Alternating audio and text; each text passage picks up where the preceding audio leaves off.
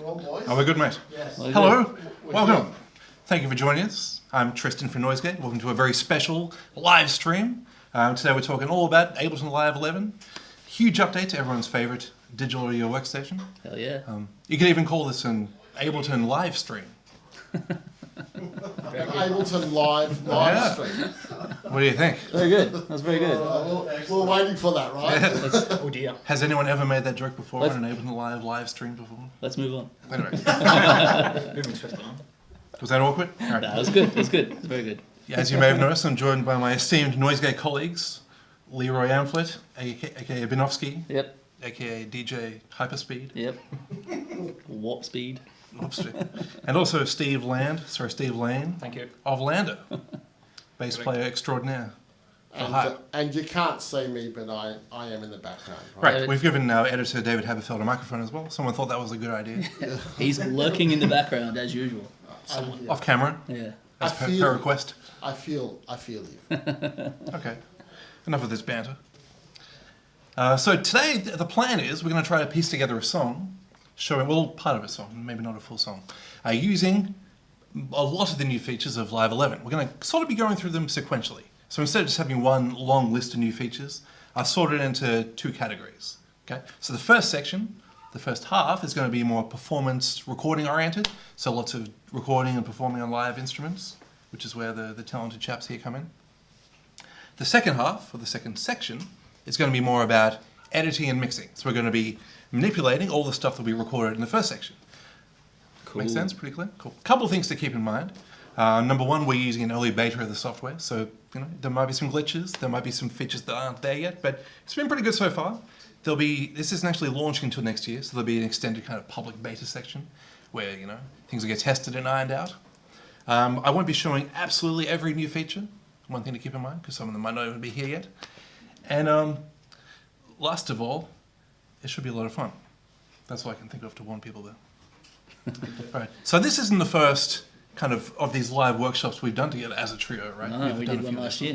Year before last year. It was sometime previous to today. Correct. Okay. I can't The remember. day before today. This year's gotten ahead of me. Part of the reason, there's a lot of commotion going on back there. Part of the reason I enjoy doing it with these guys is we're all quite different musicians. We all use live, but we all do it from quite different perspectives. Yep. So I'm probably more of the keyboardist, guitarist type of cat. Leroy's more the beat maker, sort of producer, DJ type. Yep. Sorry to pigeonhole people like this. It's okay. And Steve, over there, is more of the kind of hard-working live bass player. Steve's an excellent bass player, if I didn't mention that already. Absolutely not. Steve, do you play, You're alright, mate. Steve, do you play bass? I hold a bass, yeah, that's true. But even in the grand scheme of things, I'm very new to Ableton. I've only used it kind of exclusively for the last maybe 12 months, coming aboard from other DAWs. So yeah, watch out. Yeah, I mean, that being said, we're all Ableton Live users, but we're all quite different musicians and quite different people, actually. Well, I'm not, but these two definitely are. Well, I've been using Live for quite a long time, but I haven't used the new features in Live 11 yet. So this is why this experience so far has been pretty fun and exciting to see what we've managed to come up with. Wow, we'll see what happens. Well, I'm remains to be excited. seen. Yeah. So I'm the only one with a beta so far, so everyone else has been very jealous. So Yeah. they've all leapt at the opportunity to sit next to me and make some music. Super exciting. Let's do it. All right, let's make some music. Speaking of making music. Totally. And just a reminder to everyone who's watching to feel free to ask questions at any time. Please do. And I'll help field them towards our esteemed panel. Indeed. Thank you to our streaming partners as well. And I'll look forward to any questions coming through. All right, the first thing we're going to look at today is a feature that's I'm super excited to be part of the Live 11 package. It's actually been a feature available to Live for some time now as a sort of paid-on Max for Live device, and that's tempo following. So you used to be able to pay for this functionality. Now it's built right into the program, so really, really cool. But it's integrated really neatly. So it's just up there in the top left. Is my mouse on? Yeah. So right next to Ableton Link. So it's pretty similar functionality to Link, except Follow works by listening into an audio source connected to my audio interface, and it somehow figures out what tempo that audio is playing at, and Live's tempo will match that tempo on the fly in real time consistently. So pretty trippy. So quite a different concept to Link, which relies on some compatible software to be on the same network. Yeah. This works with any audio source, particularly drums. So I guess this is, most notably a live performance feature. So typically when a drummer or a band is playing with Ableton Live or some of the software in the background, you want to be playing the backing tracks or tempo synced effects. The only way to do it is to wear headphones and get a metronome and play along to a click track. And playing along to a click track is not a talent that comes naturally to a lot of people. And it's a good way to suck the life out of a song as well. So you're focusing more on playing in time with a click instead of the actual feeling the groove. Yeah, you lose the groove.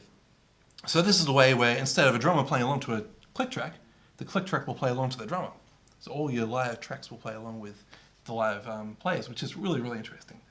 But we're going to use it in a recording context. So instead of recording to a click, I'm going to get Leroy to bash us some finger drumming styles, and he's just going to do whatever internal tempo floats his boat. Yep, totally. So he's going to be feeling the vibe, so to speak. Yeah. But importantly, he's going to be jamming along with Steve Lane on the end there. It's not going to get old, is it? It's very good. Just in jokes. And they're going to be kind of feeding off each other's musical energy, creative juices.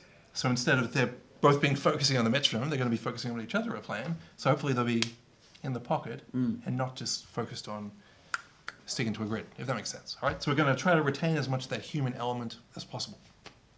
So Leroy is our drummer for High AM. So he's got the Machine Plus, a toy with which he's been recently inseparable, which is a completely standalone drum machine. And there's no USB cables, no MIDI cables hooked up to it.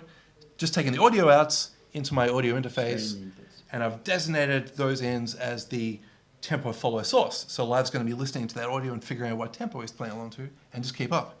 So is there anything you want to talk about your arrangement here, Leroy? No, not really. It's just a straight up standalone drum machine. I got a few nice kind of like hip hop sounding drum samples loaded up. Hip-hop. They sound nice. Me and Steve have been jamming a bit with this kit, and yeah, it sounds good. Awesome. Yeah. So I just got to dive into the preferences here, go to the link tempo setup, turn it on, and tell it to listen to, here we go, 3 and 4. Just play some beats for me. Okay. I can see them coming through. And then we just turn on follow. Now, the first time we tried this, we just sort of hit record and I told him to go for it. Yeah. I just left Live at the default tempo. And it did take a few bars to catch up, because I think he started playing like in what worked out to be the middle of the bar. Yeah. So it took a few bars to figure out what was the downbeat and then decipher the tempo. So the best way we figured out to do it is to set a rough kind of ballpark tempo first, and then give a 4-bar count in, sorry, a 1-bar count in. Yeah. And so he can come and run on the downbeat. So it helps it to kind of pick up the tempo. Yeah. You don't have that margin of error in there. So we're going to cheat a little bit. I'll just get you guys to jam out so I can figure out what tempo you're playing at and set the starting tempo. So just make some noise, guys. Steve's an excellent bass player, by the way. I'll just tap tempo.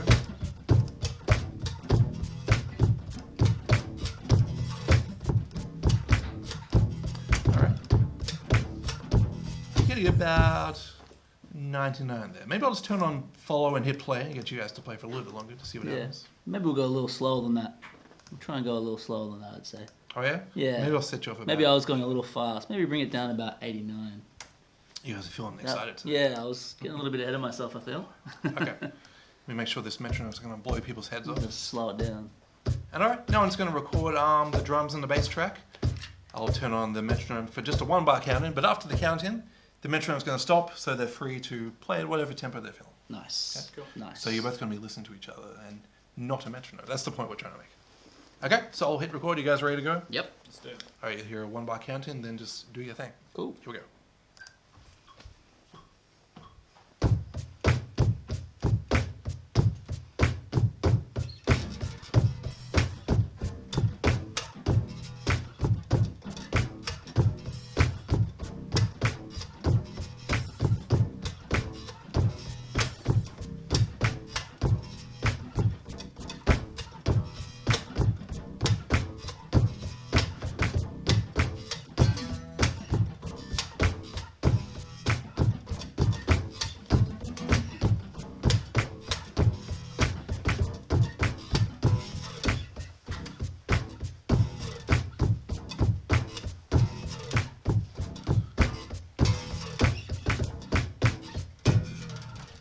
Nice. I said we weren't going to play a full song, but came close there. So yeah, you guys are feeling excited today. I think we're at a faster tempo today. So let's see what happened there. If I open the master track here, let's get rid of this guy here, and have a look at the automation lane. Hey, look at that. So it's recorded tempo automation on the fly there. So Live's internal tempo is going to be constantly moving. Hopefully in time with what the guys played. It's always a bit of an experiment doing this live, but let's have a listen. Hey, Tristan, can you just zoom in just a little bit for those watching at home? They can see the kind of, the small tempo change. Yeah, that's it. It's very interesting. Yeah. That's very interesting. Yeah, so we started off about 89, that are ramped up once the guys started playing. So let's have a listen. I'll turn the metronome So the on. click track will follow along with this now, with that automation. That's the idea. That's Yeah, the idea. So we have a question coming through. Yeah. Can you do the tempo following in session view?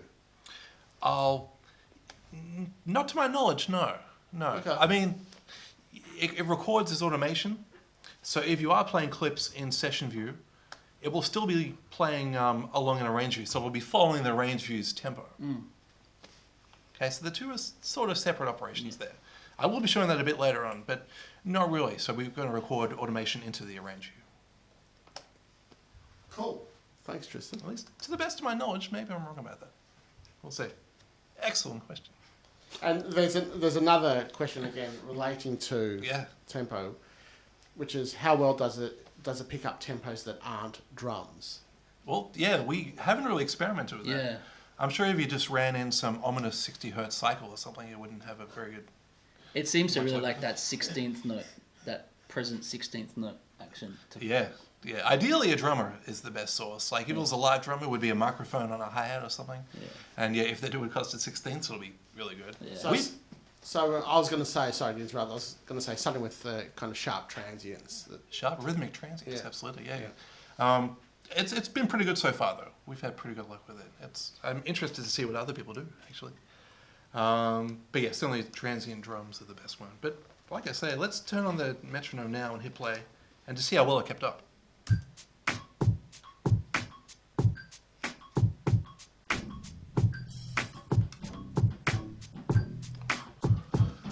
Got there in the end. I was nervous there. That's the thing about going live, man. Yeah. A little late on that first 2 bars. I'll have to rewatch what I bet my face would be doing that. That's the beauty of being live. Yeah. It's doing a good job though. It's staying tight. Yeah, I got there. That's hilarious. But that could have also been my finger drumming as well in that first bar. It was Leroy's fault. Yeah, let's blame me. I think Leroy definitely settled once we both started. Yeah, playing. when Steve came in, you kind of feel the groove a bit more. So We found a tempo, whereas maybe you were slightly. Yeah. Well, at least you're not blaming me this time, so that's a good thing, right? Jeez. But we are working with a pre-release version anyway. So, yeah. So I blame the software and Leroy. But no, I mean, it worked out pretty well at the end. It's just, I felt like I needed a shot of whiskey for a few bars there. So I think we're playing a bit faster than we were anticipating. So we were shooting for about 89. It came in at about 95. yeah, I feel like I 97. probably would have. Which is kind of classic once you start playing in a Yeah, live setting. that's right. You're But always like I gonna say, jump it caught up. So it's good. So if we pretend the first 5 bars don't exist. Cool. It's tight. Remarkable. Yeah. Yeah, it's spot on. Yeah, so I'm thinking about the recording into session view thing. I'm pretty sure the tempo automation always gets recorded to the arrange view here. But session view can speak to arrange view, so it's a complex kind of question then. Sorry, that's been in the back of my brain ever since.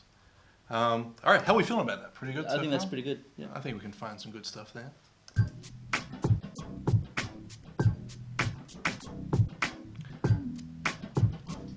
Yeah, that's good too. Pretty crazy they didn't record to a metronome at all, but it's still Locked on. in the pockets. We can do all the same editing stuff we would normally do. We can apply tempo synced effects and use arpeggiators down the track. Everything that we would normally do with a metronome recorded track, just with something we didn't record to a metronome. That's using your own internal imperfect chronometer. Chronometer. Fancy boy. Yeah. Chronometer. That was a deep Star Trek reference. Word of the week. All right, shall we move on? Absolutely. All right, we've had the focus on Leroy for long enough. Steve, how are you feeling? Yeah, very good. I think it's worth kind of, it'll be very obvious, but this isn't just dry bass going into the desk here. We have got an effect, we've got a synth pedal. I do have the Source Audio C4, which is a favourite of mine. And it's good, kind of, especially using it with this kind of hip hop, kind of trappy vibes. It just kind of really fills out without having to add effects after the fact. And yeah, I basically kind of use this all the time now. So Yeah. Just worth saying. A lot of purists might be like, that's not a bass guitar, but Who cares about those guys? So Steve, have we explained how everything is actually connected explicitly? So I don't think we have to that point. No. sorry. So your bass is simply going straight to the C4, going out of the C4 straight into the interface. Is that right? Correct. Yeah. Okay. So we do have a 4-channel interface here. So we've got a stereo feed coming from the Machina Plus and a mono feed coming from the bass. So we're recording 3 channels. The stereo in from the machine's getting the tempo follow data, and we're just recording the output of the pedal on another track, Cool. which he's playing along with the drums. Okay. Cool. So that's a bit of an intro to tempo following. I think that was pretty cool. That was eventually really impressive. And the next feature we're going to be talking about is a big one, so a really huge one, which is, of course, comping, track comping. So it's been on people's wish list for a long time. And I think the biggest response to people hearing this feature is, oh great, now I never have to use that other program ever again. It's kind of been the one feature that have been stopping people from using Ableton Live 100% of the time. Right? So now they can totally focus on Ableton Live, and it's really been one of those bucket list kind of wish list things for people, which is huge. But interestingly, they've implemented it in a way that's very unique, very creative, very Ableton-esque, you might say. So its applications and potential goes well beyond the traditional kind of usage of comp tracks. So even if you've never heard of track comping before and had no desire to use it, after you see it now, you're probably going to want to use it. And it's something that you'll use over and over again in a variety of ways. So we're going to use it for recording now, but we'll bring it back in the editing stage later on for some other creative applications. But Steve, what do you reckon? Are you excited about the idea of this? Yeah, well, to be honest, it's something I think a lot of instrumentalists use. Guys that use Ableton also sometimes use another insert DAW here, just because in regards to kind of editing like WAV files, takes, creating sections, it's sometimes just maybe a little bit more straightforward to use. I myself, as I say, I've only used Ableton for the last kind of 12 months exclusively, because I did use kind of say Logic and Ableton and kind of switching in between. Right. Largely for this comping feature? Correct. So I mean, it's in regard to the comping feature, I kind of used this, kind of looks like I used it kind of backwards now actually. I did go into the session view, which is the other view. Maybe you don't want to switch onto that view just to show the guys out there. Yes. So I'd use this view, and I'd actually use the hardware, the push-to hardware, and just stack up clips of ideas of different takes. If I was trying to nail a certain bass line, I would keep on trying until I found the kind of the one, and I'd drag that clip then in arrangement view. Record in one clip slot, stop, record another clip Correct, slot, stop. So I'd kind of bank up like kind of 5 or 6 and drag all of those into arrangement view, and then begin editing from there. Just manually chopping them around until you came up with the right take. That's still a really good way of doing things. It might just take a lot longer and be a bit more like, labor intensive. It was kind of a workaround, because the more I used Ableton, the more I was more comfortable with it. So I was like, rather than dragging it into the other DAW, I was just kind of trying to stay within Ableton itself. Yeah. And one thing that made session view a lot easier for me to understand was the hardware. Once I'd kind of connected push to the session view, it kind of everything kind of started to make sense, and I could link the 2 views. Nice. Cool. Yeah. I dare say you're not the only one doing that. I know. I definitely know a couple of guys who both use. They love Ableton, but they still use other DAWs for that kind of thing. Certainly. Yeah. So I guess if you didn't get the idea of comp tracks is we'll set up a 4-bar loop in Arrange View, and we'll hit record, and we'll just keep on repeating that same section. So you'll just keep playing over that over and over and over again. You might be trying to nail the same take, or you might be trying different variations, or you might be trying something completely different. But Ableton Live will keep all those different takes. And so after you've recorded, you can go back, look at all of them, say, oh, I like that one, let's keep that one. Yeah. Or you can chop it up and make a composite out of all of them. Yeah. And brilliant. Yeah, so that's what you've been doing. Correct. In some kind of workaround, super long route way up until now. And in regards to comping, I have tried to do what we're away to do, but I think before this kind of upgrade in Ableton, it did kind of save the takes, but they're all kind of stacked on top of each other. So the management was a little bit different, and to the point of where it was quite unruly to a certain degree. Yeah, it saves it all as one long audio track, and it just sort of highlights the portion. Yep. So you kind of move the loop points back and forth to find the right one. Yeah, that was and to make a composite, you got to pull it out and duplicate it and chop it up. Chopping it. I don't mean to be bashing on the workflow, but yeah, it's a lot easier now. Yeah. Hey, so we do have a question coming about comp recording, and someone is asking how it differs from loop recording, say in Live 10. Oh, we beat them to that one. Yeah. Excellent question. Yeah. So in Live 10 you could do it, except it would keep it as one long audio track. Yes. And it would just focus on the current like 4-bar loop that you're looking at. And you can move the loop points around. They're about to find out exactly how it differs. Yeah, if you're familiar with how it used to be, let's check it out how it is now. So let's find a 4-bar loop to kind of experiment with some different bass ideas on. Let's try this 4 bars out.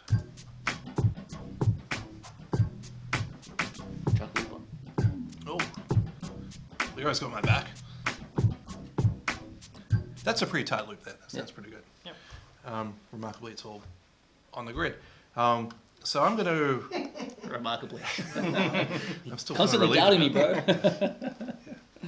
And someone is asking how many lanes can you create, which we're about to find out. Yeah. As far as I know, it's as many as you like. Okay, so it's almost unlimited, or As many as your computer can handle. Yeah. Depends on the resolution of your screen. No, I don't know. It's, depends on the weather. If it's inclement. there are some variables here. Yeah. All right, so to get this going, I'm just going to right-click on the track. Whoops. I got a bit overexcited there. And click on Show Take Lanes. So there's one. It's just the same thing as what we had before. But you can keep on adding as many of these as you like. Or if you've got loop recording enabled, it'll just keep adding more as it keeps looping, as we'll demonstrate now. So what do you reckon, Steve? Should we just give it a shot? Sure. So just to let you know, I'll probably approach this in the sense that maybe I've got one bass line down and I want to try some other ideas over it. So maybe can add 2 or 3 more ideas on top of that same section. Right, with some variations, some contrasting bits. And Yeah, absolutely. we'll see what works. We'll see what happens, yeah. Right. Because he, of course, played that part perfectly the first time. There's no point trying to do it better. It's already... Questionable, but yes. Okay. So again, let's turn the metronome off, so there'll be a 1-bar count in, and then you'll just be jamming along with the drums. Yep. All right, cool. Here we go, 1-bar count in, Steve.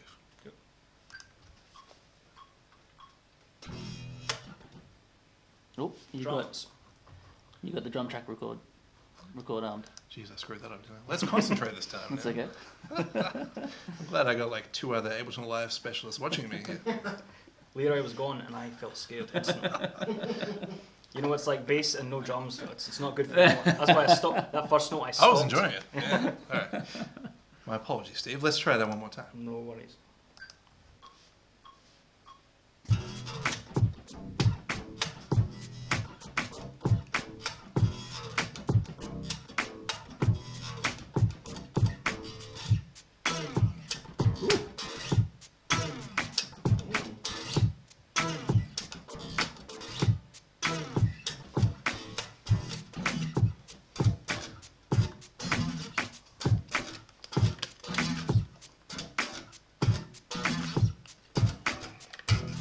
Yeah. Something in there? That was awesome. Very good. Outstanding. I wasn't quite as excited as Leroy, but I like it. It's getting really, I should really it's let getting down wrapped about up in that bass line. Very good. We're good. excited back here. Yeah. Thank you, David. Thank you, Steve. That was all for you. Everybody in the stream is applauding you right now, I'm sure. Hey, there we go. Thank you. Oh my God. Thank you. Outstanding. So you can see I was just automatically adding these new take lanes as we're going through. So you must be loving this, Steve. They've even named this after you, Steve Lane. Amazing.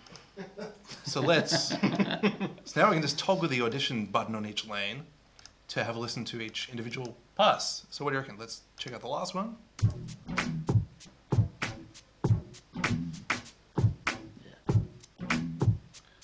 That's cool. Let's try out the second one, see how that sounds.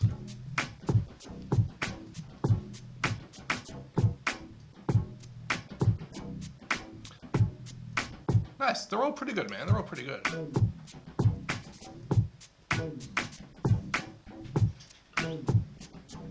That's a wild sound. It's a wild sound. That's Tom's favorite there. Cool. Do you fave, Tom? Tom is nodding in the background, everyone. That's all I can do. Right, so that's a basic way of just auditioning different full takes, but what makes this really interesting is the way you can just make composite tracks by drawing in the portion of each take you want to use. This is genius. So we just turn on draw mode and highlight the part of each take we want to use, and we'll just update this master lane in real time. So let's start with something pretty boring. Let's just take like a bar of each take. Start with that one. See it update the top lane here? Let's go bar this one. Maybe those crossfades that I'm seeing it throw in there. Oh, well spotted, Tom. Yeah, so if you zoom into the very top lane, yeah, it's put little crossfades between the composite. That is Get rid of those clicks and pops. Pretty handy. Indeed. That's very handy. Yeah, so it's going to sound nice when it's all done. Well, that's the idea anyway. It remains to be seen. We'll see. See what happens. All right, so I've just highlighted a bar from each of these takes. So let's play through and see how it sounds.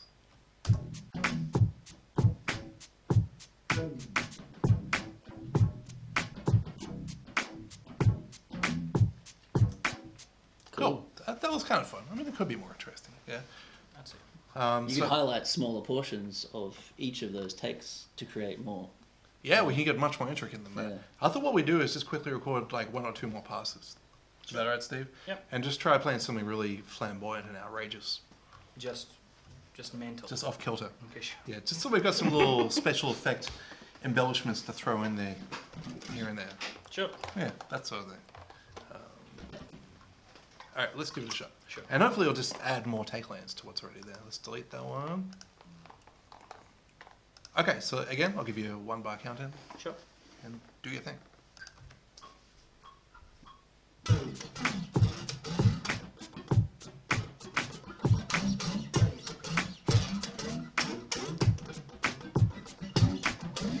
Jeez. Wowzers. You asked to left field and you got it. Yeah. I said outrageous. You went maybe a little too outrageous. Sorry about that. Yeah. Yeah. No, that's good. That's good. I like what I hear. So now let's get a bit... Oh, I lost my first edit we did there. Let's go back to draw mode and start off with that kind of boring version, just a bar of each section. I just find that's a good way to kind of start off, instead of going super crazy from the outset. Start off conservative, and then refine. So here we go. Whoops. Let's try this one. I'll try a different bar for the first one. Let's try this one.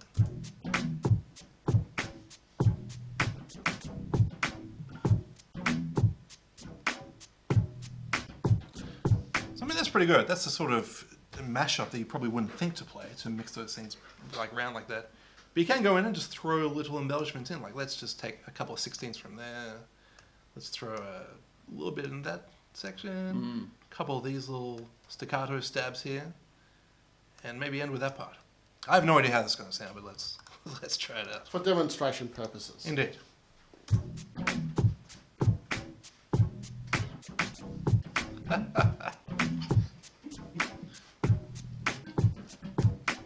This is how you can come up with some really interesting new creative ideas using this comping feature rather than just using it as a tool to find the best take.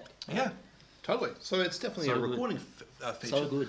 that a lot of other platforms sort of do competently, but this is the whole next level thing. This is useful for so many other things that are a lot of fun. This would be nuts for Yeah. drums and glitching up drums. Yeah. That's so You know. good. Yeah. Yeah. And also, say, with effects as well. Yeah. Imagine kind of, chopping effects up. Look, we've got a question coming through about Nice. the crossfade duration. Oh, right.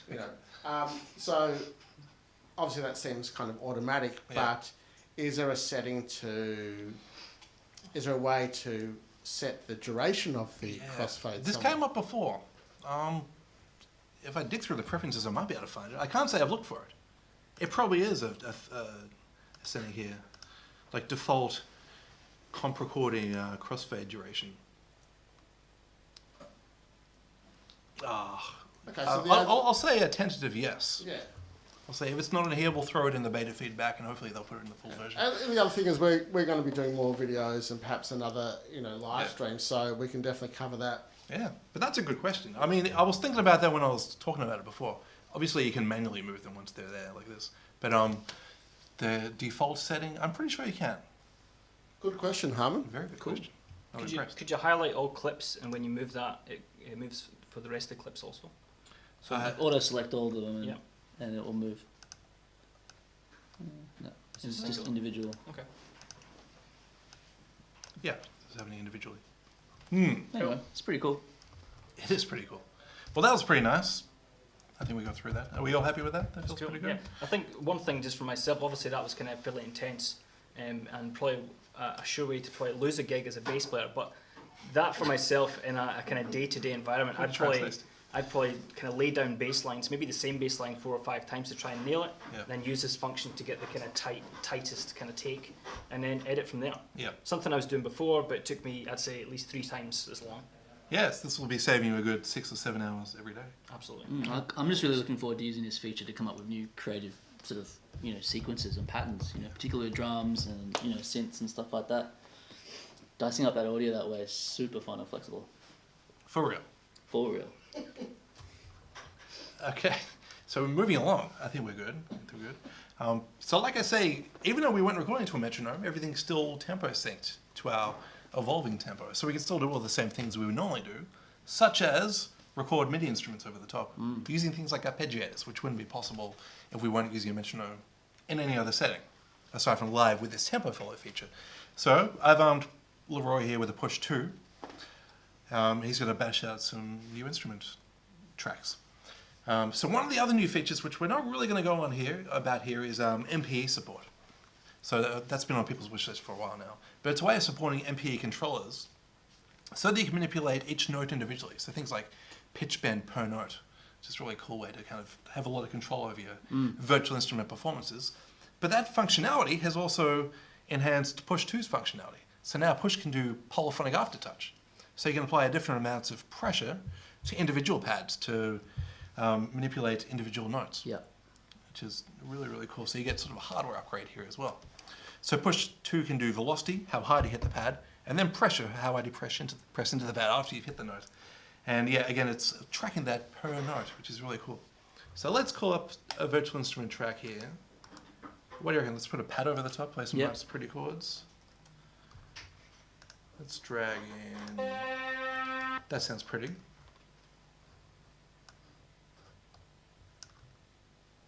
Drag in this guy and give that a shot. Let's jump into E minor. E minor scale, is that what you're playing, Steve? Go for it. E. So now the pads on Push will just automatically quantize to all the notes in an E minor scale. Outstanding. Which is great for me. Okay, we're off to a good start. So I'm just going to tweak the sound a little bit. Let's back off the filter cutoff. And let's open it up. So this is Wavetable, one of the live devices, which has been updated with MPE functionality. And part of that is, so pressure is one of the dimensions of expression with an MPE controller, and that always applies to pressure with Push. So we open the MPE parameters here on Wavetable. One of them is press. So press is aftertouch. So whatever we map this to will be manipulated by Push's aftertouch functionality. So let's manipulate oscillator 1 wavetable position. Let's not do pitch. And filter frequency. Cool. Let's try that out. So whenever I press into the notes, it'll modulate the oscillator position and the filter independently. Per note.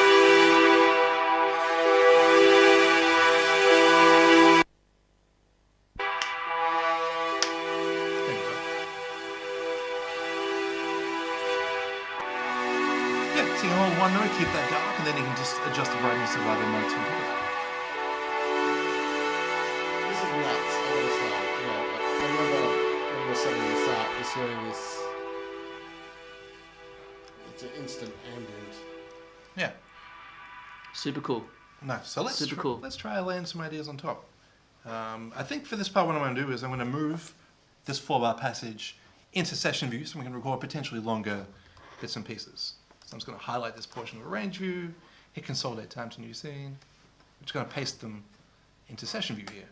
So now, if session view takes over and I hit play and loop this part, see it's still looping this 4-bar chunk in a range view, so it's still following the tempo automation. But it just means I can record a clip in session view and it can be longer than the 4-bar limit that we had before. Make sense? Totally does. Nice. All right, so let's do the same thing. I'm just going to hit record. You can do your thing, and we'll see how it sounds. You ready? Mm-hmm. Here we go.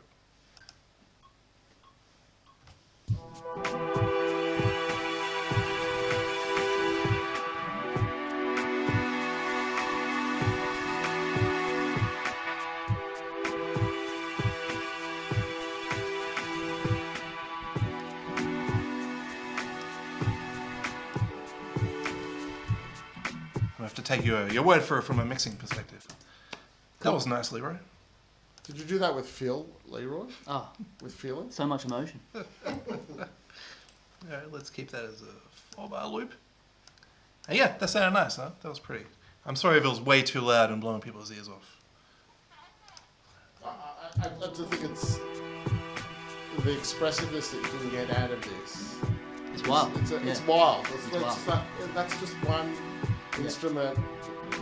Sorry, one software instrument and one hardware device. Being able to modulate all those parameters independently per note with pressure and velocity is pretty amazing. Other than filter, what would be kind of ideal to use the MP3 with, like MPE with? Is it like? Is there any Yeah, other I mean, we've also parameters? mapped it to wavetable position. Mm-hmm. So it's moving through the wavetable of Got the it. synthesizer. So the sound's evolving in more Yeah. ways than just the filter opening. Cool. So yeah, it's quite a bit going on there. But you can map it to whatever you want. You can map it to pitch. Yeah, probably. Let's not do that. Yeah. It's a fun idea. But used subtly, that would be awesome. Really subtly. Yeah, let's not and say we did. So, all right, that's cool. Cool. Let's put another synth track on top. Arpeggiation. Oh, how'd you know I was going to go there? Well, I just felt it. So let's make a second MIDI track we'll lead. I've got this solo synth track lined up. Some of my best friends are arpeggiators. Is that the truth or is that a lie? I wouldn't lie. Why would I lie? All right, let me throw an arpeggiator in front for you. Let's let that to 1/16. All right, throw some chords at me.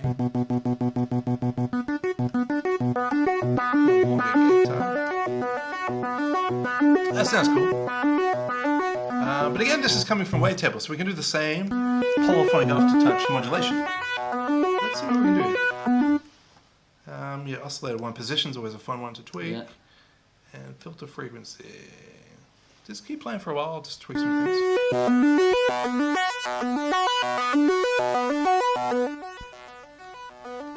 These synths are really blowing people's ears off, huh? Okay, so you can hear what's going on here. Even in an arpeggio, you can still manipulate individual notes. So even though it's just playing one note at a time, even though it's monophonic aftertouch, that one pressure on that one pad would apply to all the notes. Mm-hmm. So it's nice. Yeah. You can be very expressive, even with simple things like monophonic arpeggios. Cool. And once again, this is pretty amazing because we didn't record the drums to a metronome, but still the arpeggio is going to be in sync. Yeah, staying in time. A wonderful thing that you just couldn't do without this tempo follow function. Hey Tristan, just an interesting question. Yeah, mate. What version of Ableton is this? Standard, suite? Oh, this is sweet. This is sweet. Okay. Yeah, it remains to be seen exactly what will be included in each version of Live 11. Which features will be exclusive to standard and suite, etc. I'm actually not sure. We'll find that out. I'm pretty sure everything I've shown so far has been part of standard. Nice. Let's try that out, man. So again, I'll hit record. You can jam over the top. How's the level, Tom? Not too out of control? Cool. So yeah, 1 bar count and then do your arpeggio thing. Cool.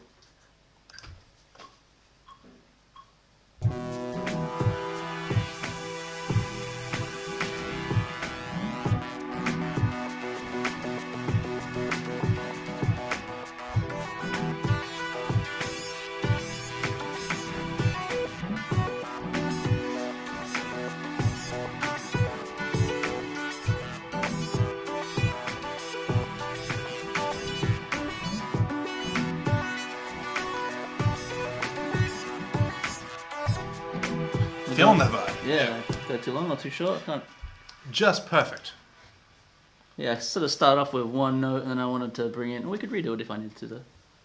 You didn't feel that? No, I was feeling it. Yeah. Might have to quantize some things, but that was good. And once again, it just kind of blows my mind that this is all possible. Whoops. Wow. Without drums recorded to a metronome. Yeah, that's quite important. There's no drum circuit. Because if you tried to use an arpeggiator on a synth with a live drummer or a live band, it wouldn't go very well. That's right. Yeah, it would just fall to pieces. Unless the drummer was just playing along with you specifically, which is a tall order. Unless he was the best drummer in the world. Well, even then, I think it's...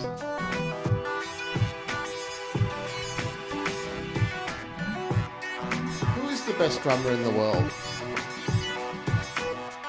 Aside from Tom Kunz? Oh, jeez. That's it.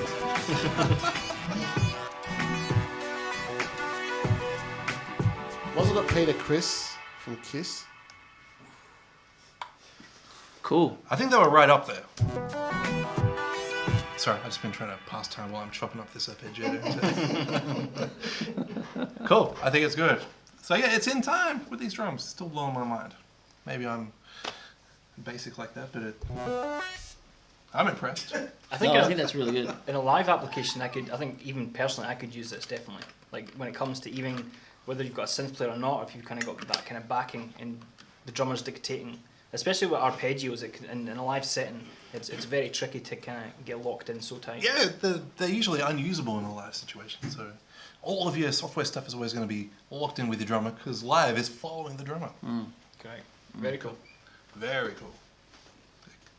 What do you think? I think we're done with all the recording now, unless you guys feel like there's anything else you want to inject. Thanks for having us. I'm good. Any final words No, before we kick you off? no, I'm good. Unless anyone has any questions. I'm good. Nice one, Tristan. Thank Yeah. you. Nice. All Thank right. you. This concludes section 1 of this live stream. Stay tuned for more. Thank you, gentlemen. So like I mentioned, the second half is going to be all about editing the stuff that we just recorded. So I'm going to be showing even more new features, but from an editing/mixing perspective. Just recording all the stuff that just editing all the stuff that we just recorded. So we are still good? We're still going here? We're still going. Nice, okay. So We're still live. we are still live? We're still live. Cool. Absolutely. All right, the first thing I want to do is to try to make that arpeggiator pattern a little bit more interesting. Not to say that it wasn't an interesting part already, but arpeggiators are, by their very nature, monotonous and repetitive. And fortunately, Live 11 has all these cool, fun new MIDI editing functions to make performances more interesting by adding some kind of unpredictability to them through randomness and probability. However, that does work better with a whole bunch of individual notes instead of just what we have recorded here. So an arpeggiator works by taking one long sustained chord, feed it into an arpeggiator, and it spits out a whole bunch of individual notes. I would have those individual notes to work with so I can tweak their probability. So the way I'm going to do this is create a new MIDI track. And I'll call this one arpegg. Whoops, that's not how you spell arpegg.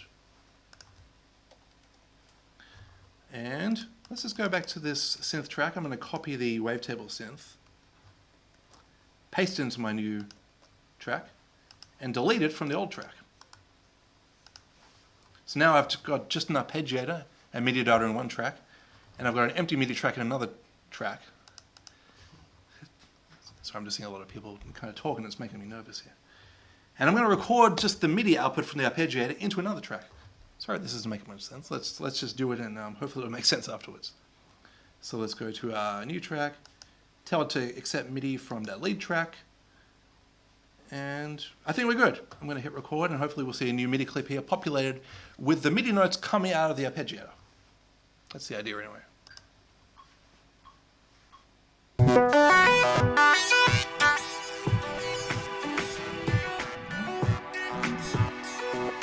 It was a bit hot, but it worked. Nice. Well, that actually worked. So as you can see, we've got a new MIDI clip here. With instead of the long sustained chords, we've got all the individual MIDI notes. So we've successfully recorded the MIDI out from one track into another. Hi, Tristan. There's a question about MPE. Ah, yes. And Just to switch gears. are all devices on Ableton MPE? Oh, compatible? okay. All the Ableton devices. Only a few of them have been updated with support for MPE. So I know Wavetable's one, I think Simpler's another one, and the Arpeggiator is another one. Plus it supports any MPE compatible third-party plugins now. So previously to use MPE third-party plugins with Live, you had to create like 15 MIDI tracks for one instrument and route them all in. But now it's just one instrument track, supports it right out of the box beautifully. Okay, so no, not every device, but a few of them have a lot of MPE functionality. How are you guys doing, all right? Cool, yeah, That's that's making me nervous here. All right. So now we've got the a new MIDI clip with all those individual MIDI notes. I can turn off our first track, and I've got the arpeggiator, just like I had it before. But there's individual notes. So now I'm going to go back to that comping track feature we were talking about before, But these are more from a creative mixing perspective instead of a recording perspective. So let's just find this part in Arrange View. I'm going to click and drag this new MIDI clip and drop it into the Arrange View. Okay, so now we're playing back that track from Arrange View, but all the other tracks from Session View.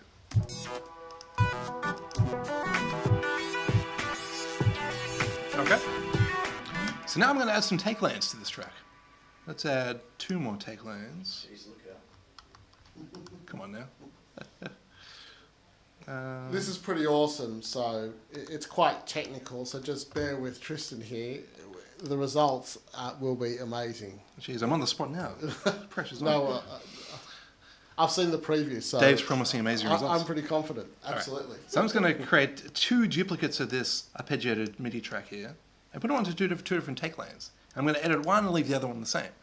Whoops. So let's focus in on the second one here. And if we open up the MIDI editor, we can see a whole bunch of new functions here, including some randomization and probability features. So we can randomize, for example, the velocity of all our hits. I'll just highlight all of them and hit randomize, and you can see that all the individual velocities bouncing around the place. You can choose how random they get with this slider here, whether they're just slightly random or very random. Okay. Perhaps even zoom in a little bit more. More. That's cool. Nice. So you can see these are all the velocities, all the individual notes, and they're just jumping around. So I have no idea what it's going to sound like because it's random. And then you can even increase the velocity range. So they've got a bit of range in which they might randomly occur at. So this velocity might be as low as this, might be as high as this, right? So there's some randomness and probability to it. And now we can go back to our MIDI device and assign velocity to some fun parameters, and we can hear that effect kick in. Oh, whoops, I have to enable that take line.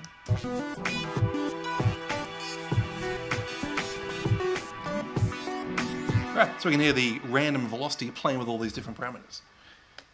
The next thing we can do is assign some randomness to the note probability.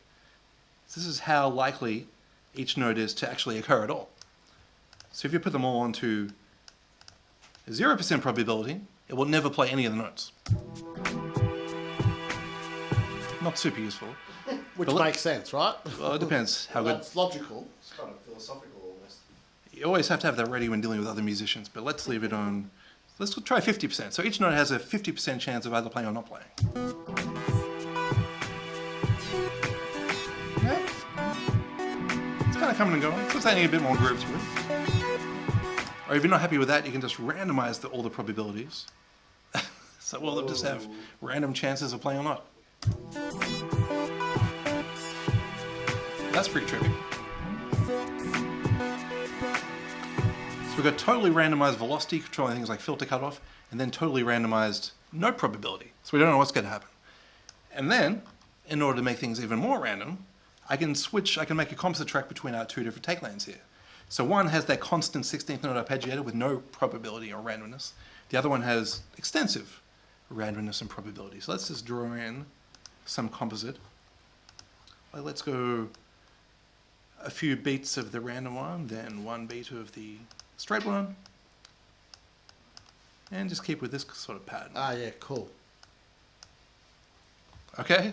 Yeah, no, because I remember the previous. So, Yeah. So it's pretty crazy. It's going to be jumping back and forth between the random stuff and the fixed 16th note arpeggiator stuff. Let's check it out.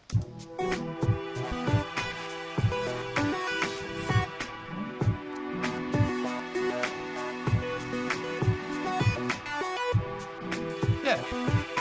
Sometimes works, sometimes doesn't. It's a sort of happy mistake sort of thing. But the idea is going back to the non-probability enabled track is it kind of anchors it back to that 16th note groove. So yeah, you can create some fun variations just from a totally vanilla 16th note arpeggiator pattern. Pretty cool, huh? Very. Very. Okay, so that's just a fun way to use comp tracks and MIDI probability and randomness from a fun kind of creative editing point of view. cool. I'm just checking if there's any questions. Okay, right. Sorry. How are we doing? We've been going for a while now, huh? Yeah, we're doing good. Thank doing you. real good. Okay. So we're kind of getting there. We've got a few more things to go through yet. You don't need to take a meal break or anything right now. Did you say a mule break? Mule break. Oh, yeah. man. Okay. So what's a mule break? It's like a sandwich I heard or that something. too. You know. I heard mule. We can talk about that later. I said mule. Yes. It's my nasally voice. I'm sorry. Okay. So Live 11 also has a bunch of really cool, interesting, creative devices in there, such as a new reverb and 2 new modulation effects. They're all pretty crazy and pretty in-depth and very, very unique. So they're devices that you just won't see in other programs. I'm going to start off with the reverb, which is called hybrid reverb, for a very good reason. So over here in audio effects, in time and space, hybrid reverb. I'm just going to drag that after my pad sound here. So I think this pad sound already had a reverb built in. I'm going to turn that off and just use hybrid reverb, which is actually 2 different reverbs in one. It's got an algorithmic reverb engine, which is sort of your more traditional digital reverb engine. That's what most digital reverbs use, for like your halls and your plates, that sort of thing. Although this one's algorithms are quite different and quite unique. And it also has this convolution engine, which is a sample-based reverb on IRs or impulse responses. So that's where they've actually recorded the acoustic response in different spaces. So they might have gone to some cathedral in Spain and recorded the bookings room in the back, or they might have recorded someone's bathroom. And if you activate a convolution reverb with that sample on, it'll sound like you're playing in that exact acoustic space. That's typically what it's used for. In Live 11, we have a whole bunch of IRs to choose from, in a whole bunch of different categories. But you can also drag in any audio file to use for the convolution process. So you can get some pretty wacky results by using just different bits of audio. There was a beta update to Live 11 this morning, which added a whole bunch of new IRs, so I haven't actually had a good chance to go through them. But there's some fun new additions here. Let's just start off with a preset to get a good starting point. This one sounds interesting, spatial reverb. So let's focus on the pad sound and just hear how that sounds. I'll set it to 100% wet so we can really hear the effect of it.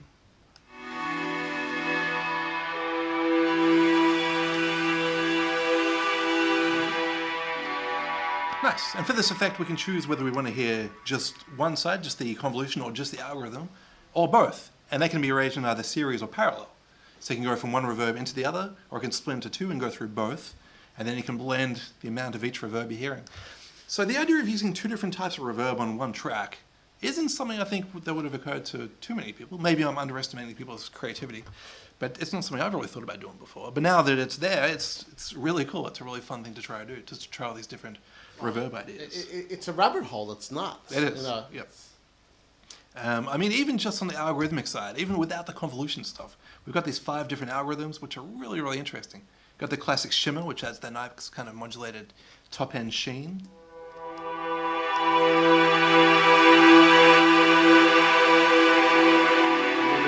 Pitch shifting. Yeah. I think we need to do a video just on that. Focus video. I think so, yeah. The tides and prism are both really trippy as well.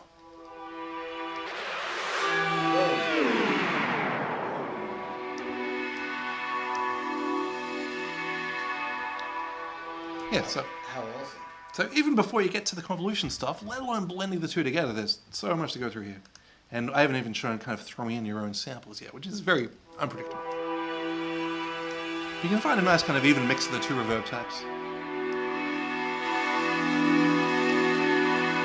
So that's pretty washed out. That sounds pretty good. Let's try that in context. How's the level? It's all right. I'm not blowing people's ears off.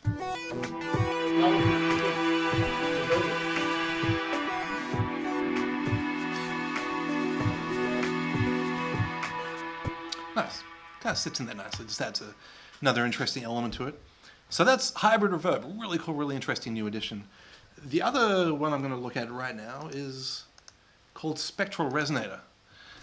Now this is one of the effects where the first time you hear it, you're like, whoa, that's pretty out there. And you can't really think of too many applications for it.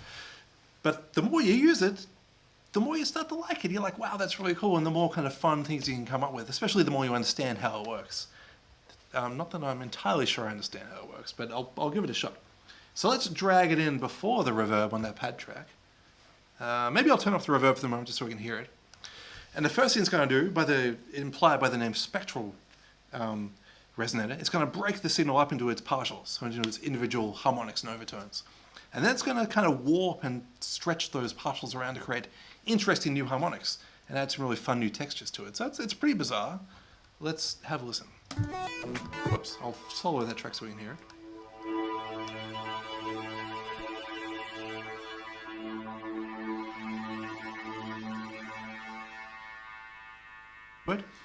And you got a nice visualization of the harmonics there as well. So yeah, it's got a very strong pitched element to it. Fortunately, you can tune it. So if you know what key your song's in, like we're in E, we can tune that down to an E. So let's try that. Yeah, nice. So let's take the mix down. Yeah, so it blends in this cool kind of spectral harmonic element to it. It can even be triggered by MIDI data and can work polyphonically. So instead of specifying a certain note, we can switch it to MIDI input, tell it to get MIDI from itself, and turn monophonic into polyphonic. So now it's actually going to play chords with those spectral additions.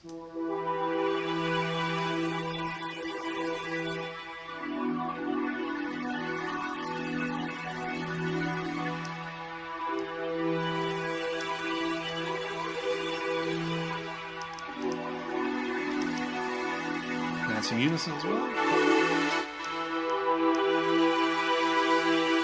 Anyway, it's a lot of fun. It's really cool. It's Like detuned but better. it completely transforms.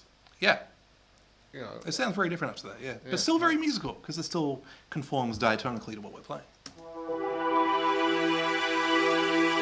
Nice. Let's try that through the reverb, and I'll throw it in the mix and see how it sits.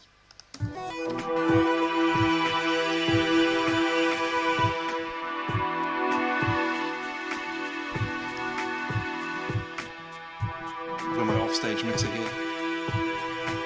Take down the bass about 60 dB. Nice. So that's spectral resonator. That's the sort of thing, like I mentioned, you're going to want to throw in everything. So that's what we're going to do. We're going to throw spectral resonator on absolutely everything. Well, let's move it over to the arpeggiated synth and see what we can do there. now things get Spicy. next level. This is boss level now. All right, let's just solo with the arpeggiator and listen to it with that spectral resonator added. I've got no preset loader here. This is just the default settings. Let's see what happens.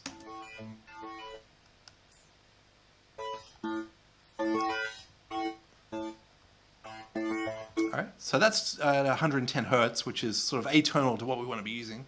So let's again switch to a MIDI input. And so it's triggered by its own MIDI data now. So let's have a listen.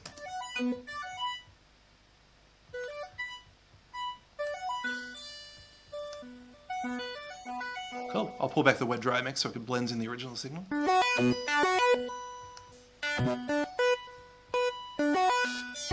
Yeah, it just adds an additional kind of melodic element to it. I'll try some of the other modulation modes here as well. Here's chorus. Yeah. Wonder. I mean, I don't want to sound too, like a salesman, but like just, the spectral resonator alone with the reverb is such a huge step forward. Yeah. Oh, I thought you meant just the visualization, like the spectrogram. Yeah. That's enough. Yes, of course. I was sold a spectrum. Sorry. Nice. So, I mean, it's like instant. It's instant sound design. It's instant ambient. It doesn't require much. I'm talking like from a general point of view. It doesn't require much input from a human being. No. To get some amazing results. Yeah. And unique as well. So, obviously there'll be more than a few people by upgrading to Live 11. So, yeah. I think so. I mean, once you kind of you less afraid to dig under the hood and tweak some parameters, it's really fun. Yeah, you get a moderate understanding of what it's capable of and how it works. So that's it on the pad and the synth. But what about drums? Let's try it on drums as well, huh? I'm just going to solo the drum track. Now let's throw that same spectral resonator on the drums. Again, this is just the default settings with no presets or tweaks. Let's have a listen. I wouldn't mind giving it a bit of a boost first. Let's throw in the ye olde drum bus. It's a little bit in the air tonight. Alright, that gives it a bit more Oomph. pizzazz. Yep. And now here's with the spectral resonator added. How underwhelming. Let's tune it to a low E and just see if that blends in a bit better.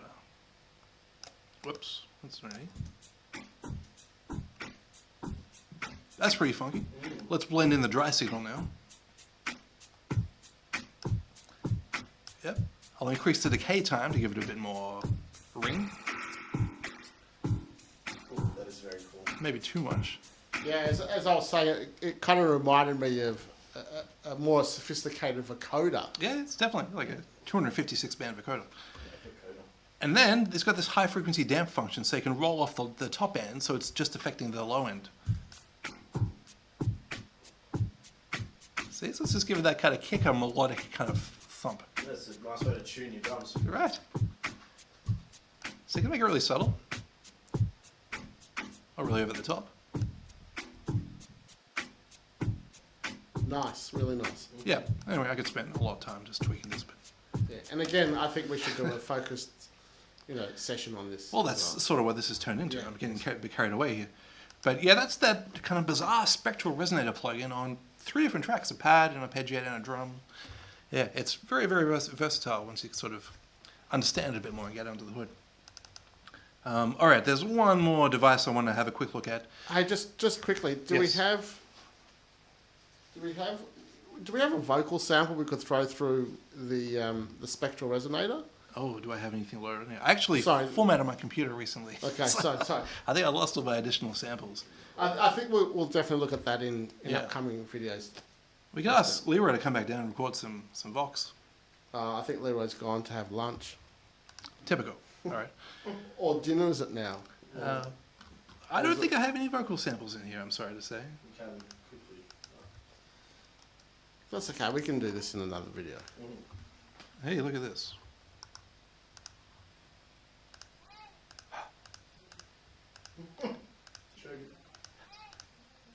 I don't know if this is exactly what they had in mind, some random little vocal sections. Yeah, let's try it. Yeah, anything. That'll be great. Just so I'm not a complete disappointment. Where are we? The resonator, is that what they were saying? Yeah. Yeah. Yeah, the resonator.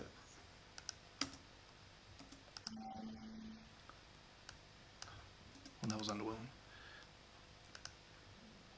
I thought it was pretty cool, actually. When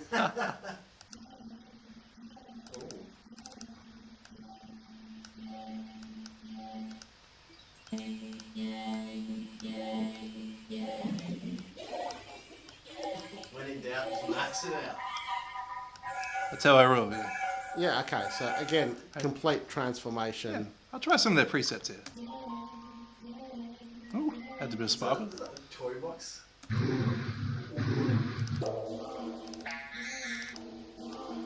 Great. Sorry, that's the best I could come up with off the on the fly. But that's pretty cool. That was cool. Definitely looks like a lot of fun. Yeah. So in our effort to put spectral resonator on absolutely everything, we came one step closer thanks to our question there. All Thank right. you, Tristan, as always. Sorry to put you on the spot. I like the spot. So there's one more device I want to talk about in this session before we kind of wrap it up, and that's spectral time. Just a little kind of simple device to kind of touch on before we depart. No, it's another very, very complicated spectral-based effect. Let's put it on the arpeggiator, because delays on arpeggiators are always fun. And this works in a similar conceptual way to spectral resonator, so it breaks the signal down to partials and overtones.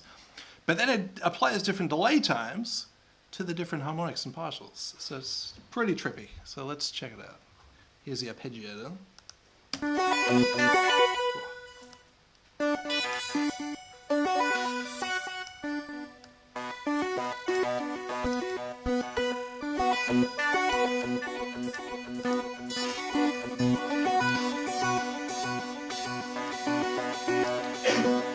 Okay, and then shift is where it starts to modulate them and apply different delay times.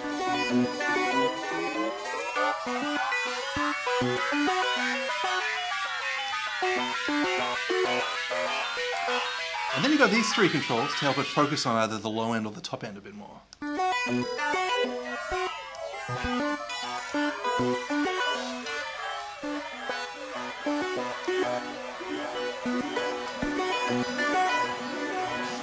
Yeah.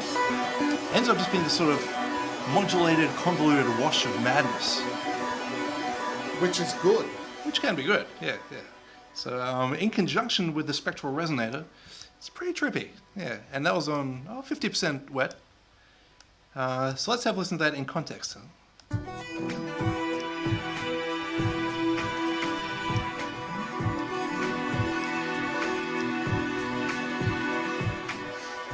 It's very hard to mix from this perspective, but Yeah, no doubt.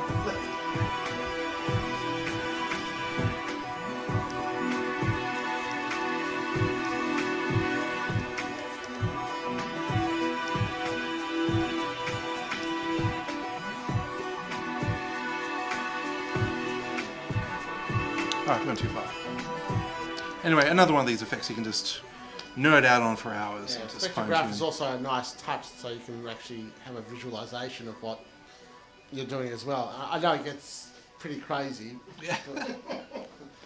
I love that kind of stuff. Yeah, no, it's live is full of these things. That's 3 just really cool, really unique new additions.